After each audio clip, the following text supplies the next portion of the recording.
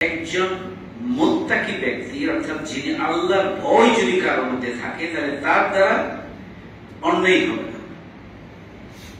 আল্লাহ ভয় যদি কারোর মধ্যে থাকে তাহলে তার দ্বারা দুর্নীতি হবে না।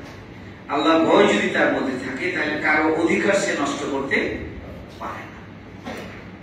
আল্লাহ রাব্বুল আলামিন খুবই পরিষ্কার করে বলছেন। আমরা অনেক সময় মনে করি যে যারা মুত্তাকি ব্যক্তি, একটু আগে আলোচনা শুনছিলাম যে আল্লাহ তাকে বরকত দেন কিভাবে। বরকত দেন, যিনি সৎ পথে থাকতে চান তার বরকতের দায়িত্ব কার? আল্লাহ বলছেন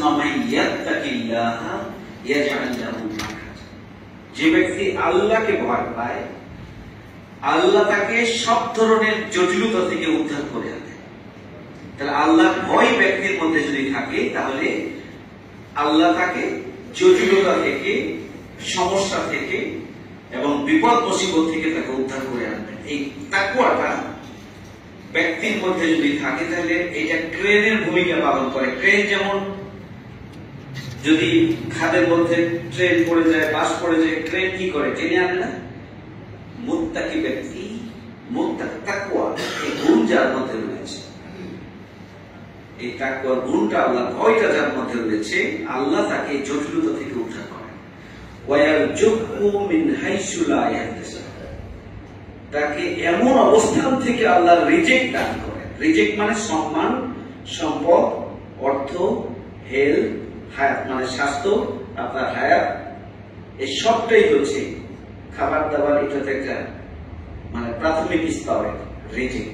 আল্লাহ বলছেন যে ব্যক্তি আল্লাহকে ভয় করে আল্লাহ তাকে এমন জায়গা থেকে রিজেক্ট দেন, সম্মান দেন, অর্থ দেন, খাবার দেন, সম্পদ দেন, হায়াত দেন, সে কল্পনা করতে পারে না।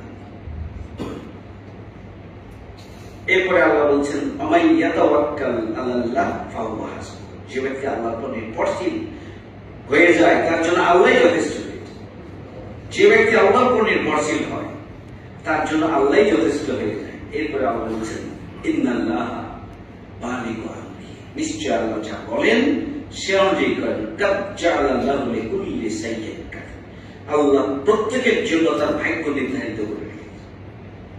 আপনার জন্য বরাদ্দ কি এটা আল্লাহ নির্ধারিত করে রেখেছে। আমি জানি না, আমাকে এই বরাদ্দ প্রাপ্তির জন্য চেষ্টা করতে হবে, ভূমিকা রাখতে হবে। কিন্তু আপনি অস্থির হয়ে যাবেন আর পেয়ে যাবেন তা হবে না। আপনার জন্য বরাদ্দ যেটুকু আছে সেটুকুই হবে। আপনি সেই বরাদ্দ পাওয়ার জন্য আপনাকে ভূমিকা রাখতে হবে, চেষ্টা করতে হবে। রাসূল বলছেন তাকওয়া হাহুনা।